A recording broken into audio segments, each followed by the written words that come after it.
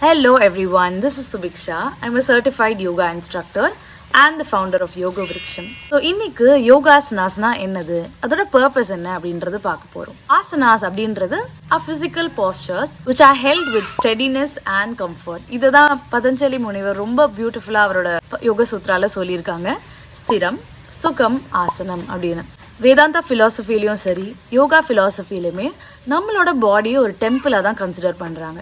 ஏன்னா காடோட ஒரு பார்ட் நம்மளுக்குள்ளேயுமே இருக்குது அப்படின்றது வந்து ஸ்ட்ராங்காக பிலீவ் பண்ணுறனால எப்படி ஒரு டெம்பிளை க்ளீனாக வச்சுக்கணும், பியூராக வச்சுக்கணும், ஒரு பாசிட்டிவான வைப்ஸோட வச்சுக்கணும்னு நினைக்கிறோமோ அதே மாதிரி நம்ம body as a temple should be kept clean, pure with positive vibes.